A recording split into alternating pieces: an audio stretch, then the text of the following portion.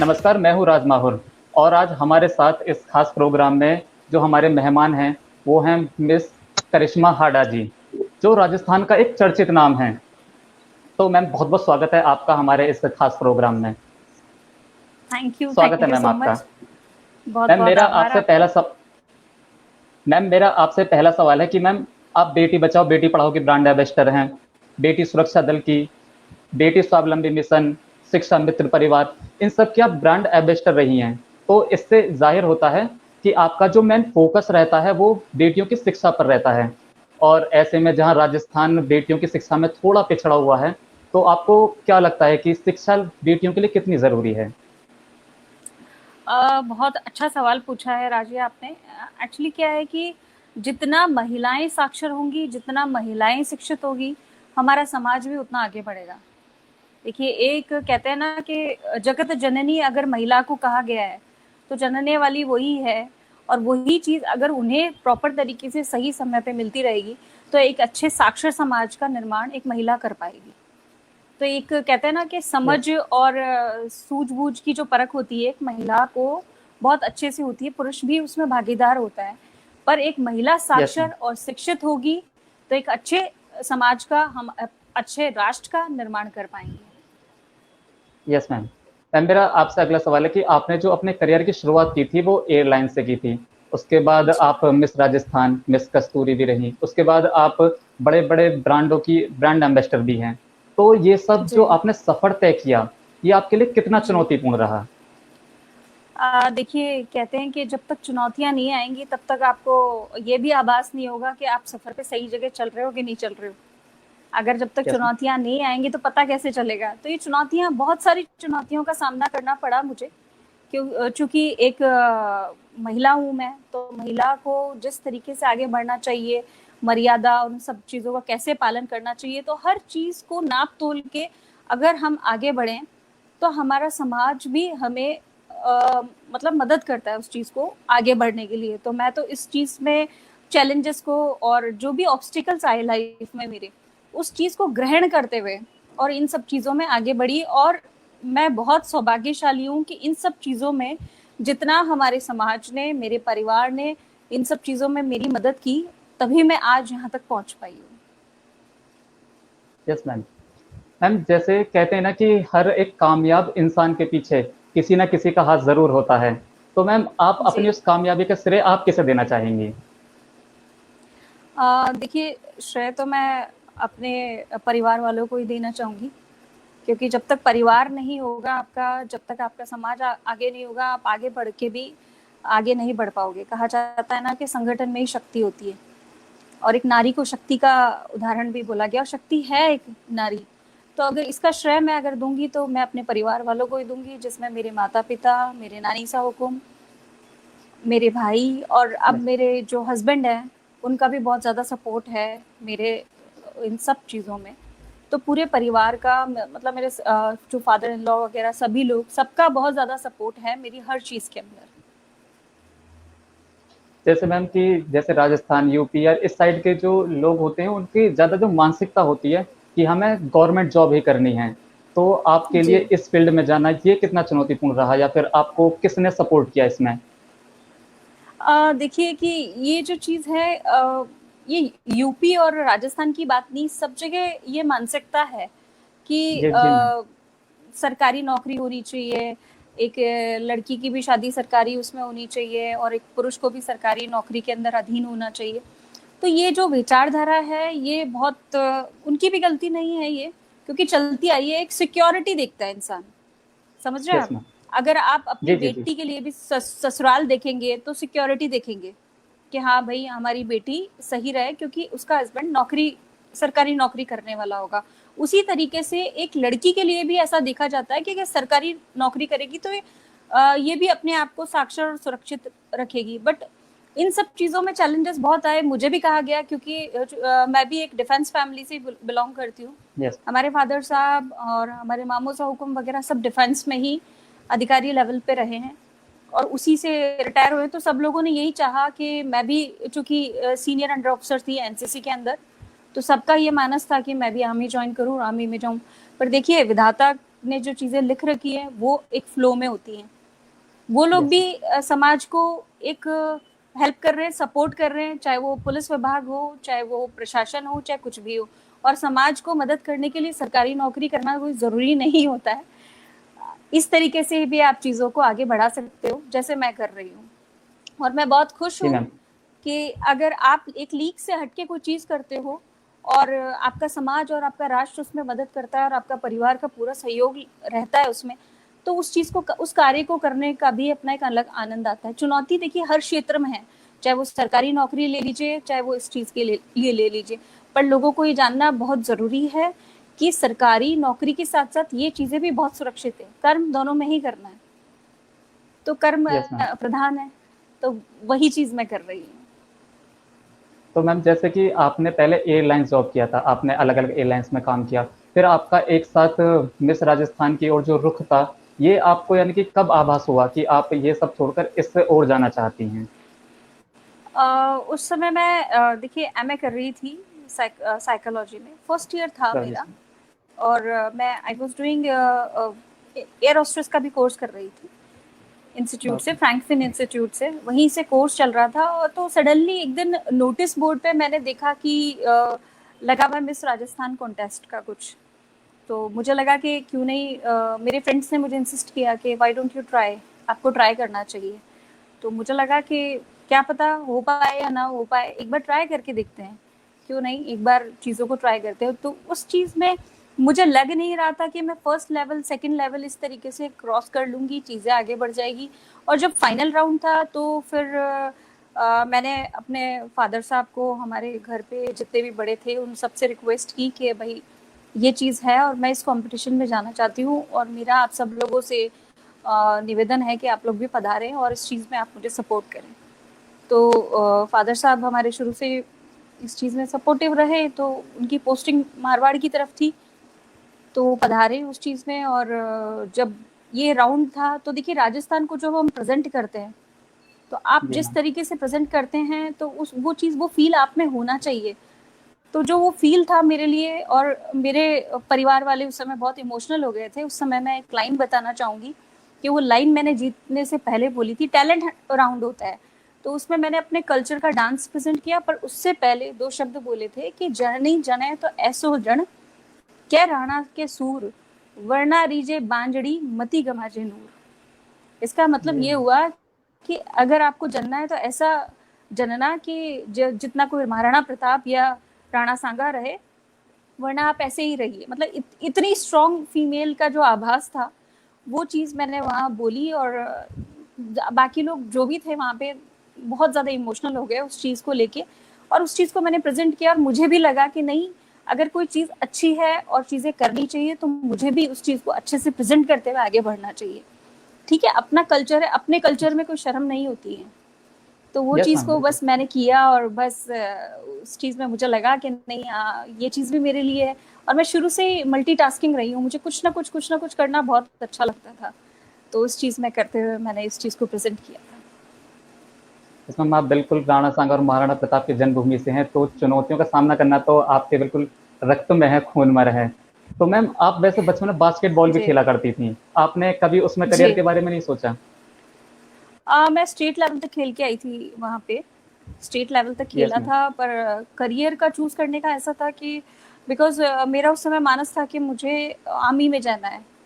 तो आर्मी में जाने के लिए मुझे फिट रहना है, तो स्पोर्ट्स भी करना था। मैं बैडमिंटन भी खेलती थी, मैं बास्केटबॉल भी खेलती थी। तो स्टेट लेवल तक खेल के आके बस मेरा टारगेट एक ही था कि मुझे आर्मी में जाना है, फिट रहना है बस।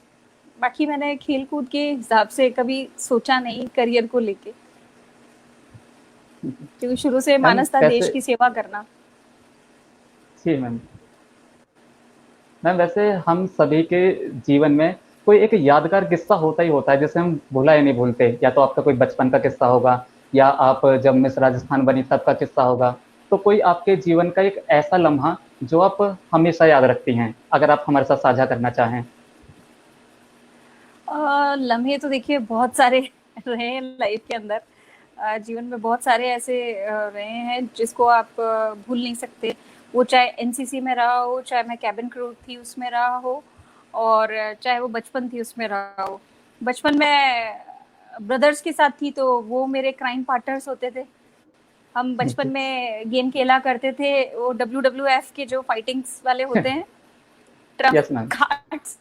तो उसमें मेरे दोनों ब्रदर्स जो थे वो हुल्क होगन और ट्रम्प बनते थे, और मुझे हमेशा अंडरटेकर बनाया जाता था बिकॉज मेरी हाइट उन दोनों से ज्यादा थी। तो वो बहुत मेरे लिए एक बहुत, आज भी हम लोग अगर याद करते हैं तो बहुत सी आती है उन सब चीज़ों में कि हम ऐसी चीज़ें करते थे। और एनसीसी के अंदर तो बहुत सारे मेरे इंसिडेंट्स रहे, बिकॉज मेरे को लोग बोलते थे कि मैं बहुत डेलिकेट हूँ और मैं चीज़ें कर नहीं सकती, मैं राइफल कैसे उठाऊंगी, मैं राइफल ड्रिल कैसे करूँगी, और मतलब बहुत ज़्यादा सुनने को मिलता था। बट उन्हीं चीज़ों ने मेरे को जोश दिलाया, तो मैं काफ़ी घंटे राइफल ड्रिल्स करती थी। मेरे राइट हैंड में स्वेलिंग आ जाया करती थी। मेरे मम्मा जब रात को मेरे मालिश किया करती थी तो शी वॉज क्राइंग के तुम ये ऐसे कैसे कर लेती हो, बिकॉज मेरे को ये एहसास कराना था कि अगर एक महिला पर्दे में रह के उस चीज़ का सम्मान करते हुए अपने संस्कारों का पालन कर सकती है, तो एक महिला समय आने पे शस्त्र भी उठा सकती है जब जरूरत होती है। तो वो चीज़ भी मैंने देखी। उसके बाद में अगर आप बात करो तो कैबिन क्रू के अंदर भी बहुत सारे इंसिडेंट्स रहे हैं मेरी लाइफ के अंदर, जो कि बहुत किडिश इंसिडेंट्स हुआ करते थे कि लोग जेलेसी में आपकी चीज़ें चुरा ले ताकि आप नेक्स्ट डे की शिफ्ट ना कर पाओ, आपको सर्विस चैम्प का अवार्ड नहीं मिलना चाहिए। तो ये सब छोटी छोटी जो चीज़ें हैं, बहुत सारे यादगार पल रहे हैं, बहुत अच्छे मोमेंट्स भी मैंने बिताए हैं, और हर फील्ड से मुझे कुछ ना कुछ बहुत अच्छा सीखने को मिला है। Yes ma'am. मैम जैसे कि हर किसी के जीवन का कोई ना कोई एक लक्ष्य होता है कि हमें वो प्राप्त करना है। आप एयरलाइंस में भी रही थी और आप ब्रांड एम्बेसडर भी हैं, और आपने यानी कि बहुत काम किए हैं। तो क्या ये आप यही आपके जीवन का लक्ष्य था, या फिर हम आपको कुछ और नया करता हुआ देखेंगे? नहीं, कुछ लक्ष्य ऐसा जो यहाँ तक आपका नहीं है। भी, देखिए, लक्ष्य तो यस मैम, कुछ ऐसा जो अभी हम आप में लक्ष्य कुछ नई खूबी अगर देखेंगे? देखिए, लक्ष्य जो है वो मेरा एक ही है कि मुझे मेरे समाज को आगे बढ़ाना है, और समाज को अच्छे तरीके से जितना साक्षर होने में और चीज़ों को अच्छा निर्माण करने में जो मुझसे सपोर्ट हो सकेगा, मैं वो ज़रूर करूँगी। और मेरा लक्ष्य यही है, शुरू से ही यही था और यही निर्धारित था। लोग पूछते हैं आप आगे क्या करना चाहेंगी, तो आगे जो फ्लो जा रहा है बस उस फ्लो में मैं जाती जा रही हूँ, और ईश्वर और मुझे अपने पेरेंट्स से और मेरे जीवन साथी से मुझे दिशा मिलती जा रही है कि मुझे क्या करना चाहिए।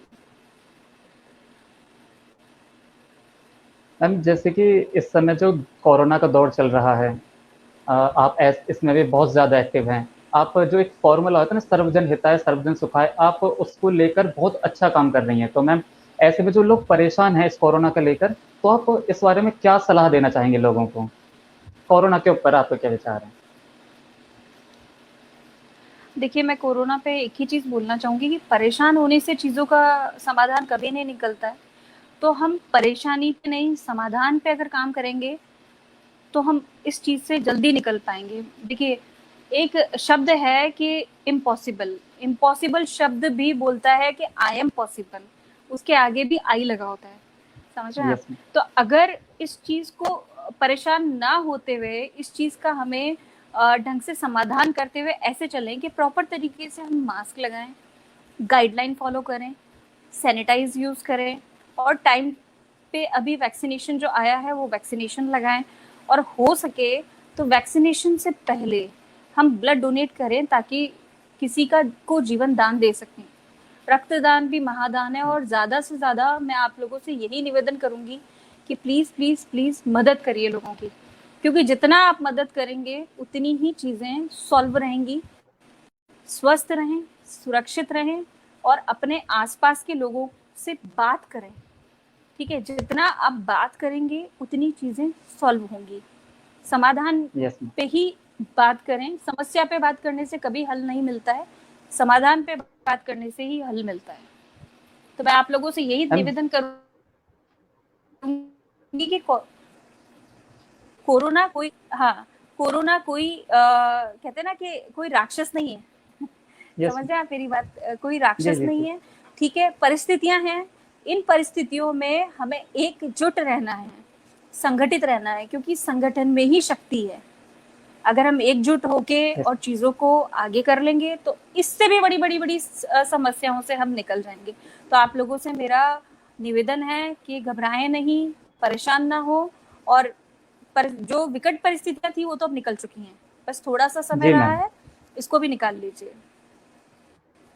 मैम जैसे कि आप मिस राजस्थान भी रही थी, मिस कस्तूरी भी रही थी, तो क्या मैम ये एक इशारा है कि हम आपको आगे बॉलीवुड में भी देखेंगे? आप बॉलीवुड तक का सफर तय नहीं, इस चीज के बारे में तो मैं कुछ नहीं कह सकती। कई लोग बोलते हैं आप बॉलीवुड में जाओगे, कई लोग बोलते हैं आप राजनीति में जाओगे। ये चीज तो मैं अभी कुछ नहीं कह सकती राज, क्योंकि अभी जो है वो फ्लो चल रहा है मेरा एक। मैं सिर्फ पूरी डेडिकेटिवली, बिल्कुल डेडिकेशन के साथ में अपने समाज के लिए कार्य कर रही हूँ। मैंने अपनी खुद की एक संस्था भी खोल रखी है, करणी कृपा फाउंडेशन के नाम से।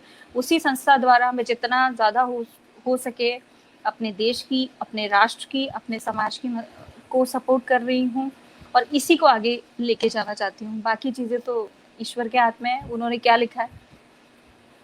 मैम आप इस संस्था के बारे में कुछ और बताना चाहें जिससे लोग ज़्यादा से ज़्यादा आपके साथ जुड़ें या फिर उन्हें फ़ायदा हो इस चीज़ का? ये किस विषय में है? मैं ज़रूर इस संस्था के बारे में मैं आप सब लोगों से एक बात ज़रूर शेयर करना चाहूँगी। जो भी इस संस्था में जुड़ता है ना, पहले वो सबसे पहले ये चीज़ ज़रूर बोलते हैं, मैम और भी तो संस्थाएं हैं, और भी संस्थाओं के अंदर मतलब लोग तो सिर्फ पैसा ही लेते हैं, पैसा ही देखते हैं, और चीज़ें पैसे से रिलेटेड ही होती है और हमारा भला नहीं होता। तो मैं आपको ये बताना चाहूँगी कि पांचों उंगलियां एक जैसी नहीं होती हैं। पांचों उंगलियों में भी जिस तरीके से फर्क होता है, उसी तरीके से हर व्यक्ति के व्यक्तित्व में भी फर्क होता है। तो उस चीज को देखते हुए हमने जो संस्था का निर्माण किया है, हमारी संस्था का जो टैगलाइन है वो है सेवा ही जीवन का आधार है। पहली चीज ये तो जो सेवा भाव है, आप जो भी जुड़ना चाहें हमारी संस्था के अंदर पूरा वेलकम है उन लोगों का। आप जुड़ें और ज्यादा से ज्यादा जो चीजें हैं वो आगे बढ़ाएं। जैसे मैं काम कर रही हूँ वृद्ध लोगों पे, बालिकाओं पे, बच्चों पे, पर्यावरण पे, हेल्थ इश्यूज पे, सारी चीजें मैंने इसमें कवर कर रखी हैं। और अभी हम बहुत जल्दी एक वृद्धाश्रम भी खोलने वाले हैं। हमने शुरुआत वृद्धाश्रम से की है। वृद्धाश्रम के बाद में अनाथ बच्चों के लिए, बालिकाओं के लिए, जो भी हमारे पास में जिस समस्या से भी आता है, हर समस्या का हम समाधान देते हैं, ज़्यादा से ज़्यादा चीज़ें करवाते हैं। हम बालिकाओं का जिनके पास परिस्थितियां ऐसी हैं कि जो विवाह नहीं करा सकते हैं, उनके विवाह में भी मदद करते हैं, विवाह कराने में भी। कहने का मतलब ये है कि जो भी, जैसे ईश्वर के द्वार पे एक बंदा जाता है तो ईश्वर आज नहीं तो कल सुनते ही हैं, वो परिस्थिति है। तो हमने ये संस्था सभी लोगों के लिए, ऐसे लोगों के खुली है जो आए और अपनी जो भी समस्या है हमारे साथ शेयर करे, और हम जितना हो सकेगा, जो हो सकेगा, उनका सपोर्ट अवश्य करते हैं। चाहे वो महिला हो, चाहे वो पुरुष हो, चाहे वो किसी तरीके की भी गतिविधि हो। क्योंकि जैसा कि आपने देखा होगा कि मैं अभी रिसेंटली किसान स्वरोजगार योजना है जो कि किसानों से रिलेटेड है, उसकी ब्रांड एम्बेसडर बनी हूँ। तो वो भी एक हमारी जड़ है। उसी चीज को ध्यान में रखते हुए मैं उस तरफ भी ये चीज कर रही हूँ, और मेरी संस्था भी पूरे डेडिकेटिवली, मेरी टीम पूरी डेडिकेटिवली उन सब चीज़ों को कर रही है। देखिए, र्यूमर्स का कुछ होता नहीं है। तो ये सब चीज़ें जो हैं, हमारी जो संस्था है, अभी आपने देख भी रहे होंगे कि हमारी संस्था द्वारा कच्ची बस्तियों में राशन भी दिया गया, खाना भी खिलाया जा रहा है। अभी भी चीज़ें रुकी नहीं है, हम डेडिकेटिवली कर रहे हैं। जो लोग हमारे पास आते हैं, हम उन्हें ventilator, oxygen, plasma, even medicine also, जिस चीज़ के लिए भी मदद के लिए आते हैं, हम आधी रात को उनके लिए बिल्कुल हाजिर रहते हैं। मेरे पास में रात को 12 बजे भी कॉल आता है तो मैं 12 बजे भी उसी इंटेंसिटी के साथ में जवाब देती हूँ जितना मैं मॉर्निंग में जवाब देती हूँ कि हाँ, हम ये चीज़ में आपकी मदद कर रहे हैं और हम हाजिर हैं और चीज़ें आपको मिल जाएगी। हम जितना हो सकता है जेन्युइन हेल्प हम ज़रूर करते हैं, बाकी चीज़ों का है ही। तो ये हमारी जो संस्था है करणी कृपा फाउंडेशन के नाम से है, जो कि यस सब तरीके से लोगों की मदद करती है, क्योंकि हमारा काम ही लोगों की सेवा करना है। जैसे हम निस्वार्थ भाव से जो सेवा की जाती है, ईश्वर उसको जरूर सफल बनाता है। तो और मैम आपने बिल्कुल सही हमें इतना महत्वपूर्ण आपने मैम हमें इतना महत्वपूर्ण समय दिया। आप इतने सारे कार्य कर रही हैं, उसके बावजूद आपने हमारे लिए समय निकाला, तो उसके लिए मैम मैं आपका आभारी हूँ। और धन्यवाद मैम। आपका भी बहुत बहुत आभार राज, आपके चैनल का भी बहुत बहुत आभार कि आपने मुझे यहाँ पे निमंत्रण दिया। और मैं यही ईश्वर से मेरी प्रार्थना है कि आपका चैनल खूब आगे जाए और इसी तरीके से आप लोग समाज के लिए और हमारे लिए अच्छा कार्य करते रहें। धन्यवाद। Thank you ma'am.